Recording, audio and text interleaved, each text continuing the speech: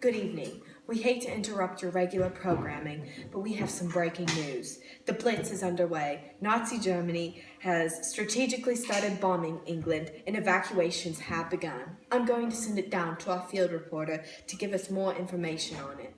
Thanks, Haley. I'm here with Master Wilbers. So tell us, Master, what precautions are you taking to keep the children safe? We are currently evacuating them on airplanes to get them to safety. Are you worried about the cost of the flight or the safety of the flight due to lack of aviation advancement or wartime in general? You know, those are some valid concerns, but we feel like our best option is to get these boys out of Great Britain. How are you contacting families to inform them about the children's evacuation? This is difficult because telephones are down, and the only form of contact we have is letters. Parents, if you're watching this, your children are safe.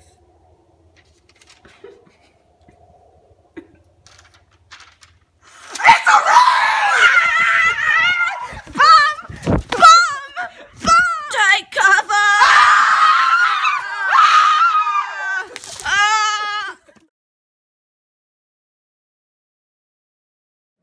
Good evening. 3 months ago, we interviewed Headmaster Wilbers from boarding school about the evacuation of her students.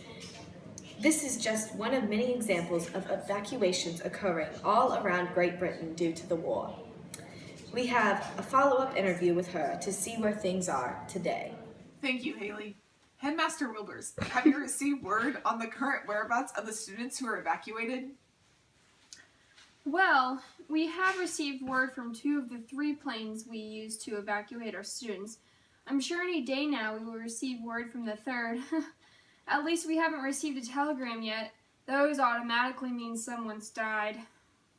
Well, Headmaster Wilbers, is it completely out of the question that the 3rd plane never made it to the destination? No. Unfortunately, we haven't completely ruled that out. Tragic. What boys were on this plane? We had boys anywhere from ages 6 to 13. A vast majority of our boys' chorus was also aboard. Well, I'm sure everyone at home is sending their good thoughts towards you and their families.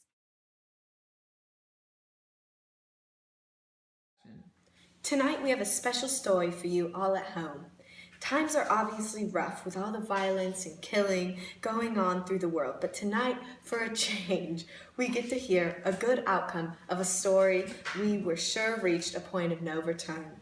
With that, I'm going to turn it over to Emilie. Thank you, Haley. And yes, as you said, tonight we have received some good news. The whereabouts of the 3rd plane to leave Britain has been discovered, and although the plane itself is not in good shape, the parcels it was carrying seem to be doing okay, considering the circumstances.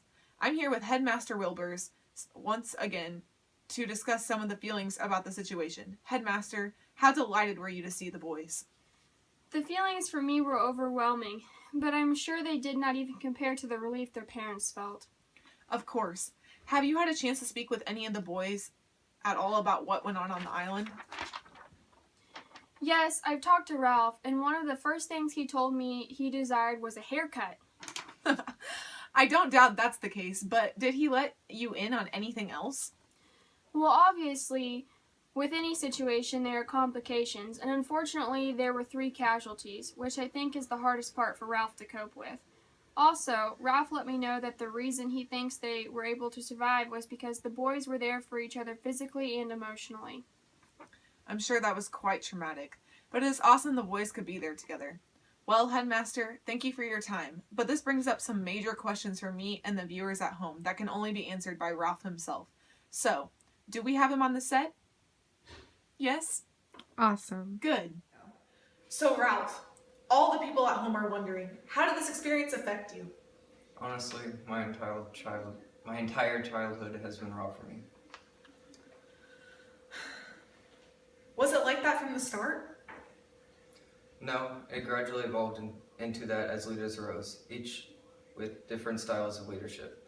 We are all guilty of losing sight of our civilized world, some more than others. Would you say, since your time here, Would you say, since your time here, you started on the path to recovery? I'm better than I was, but I never can unsee the things I witnessed, and I can't bring back to life my dead friend. We are mourning with you, Ralph. Thank you. Well, there you have it, folks. Thanks for tuning in tonight. We hope to see you right back here tomorrow for some more news.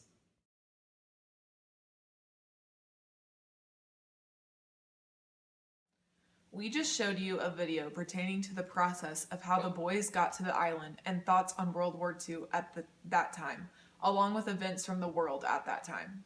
Lord of the Flies is based off of William Golding's view of World War II. Golding served in this war, and for obvious reasons, his mind is skewed towards humanity and civilization. Golding believes that every man has evil within him, but what man does with this evil in him is up for him to decide. Literary critics look to the society he grew up in and his life to explain the themes heavily displayed in The Lord of the Flies. Our assignment, historical criticism, directly identified as criticism that examines a work, describes and evaluates it in terms of social and historical context in which it was produced, taking into consideration the facts of the author's life. Some common forms of literary criticism are those that examine the relationship between the literary work and the historical environment. Historians consider the cultural and social factors that influence and are viewed through the text. We also see circumstances where they assess the impact of a literary work on readers in subsequent eras in order to understand how the perceived meaning, reception, and significance of a work evolve over time.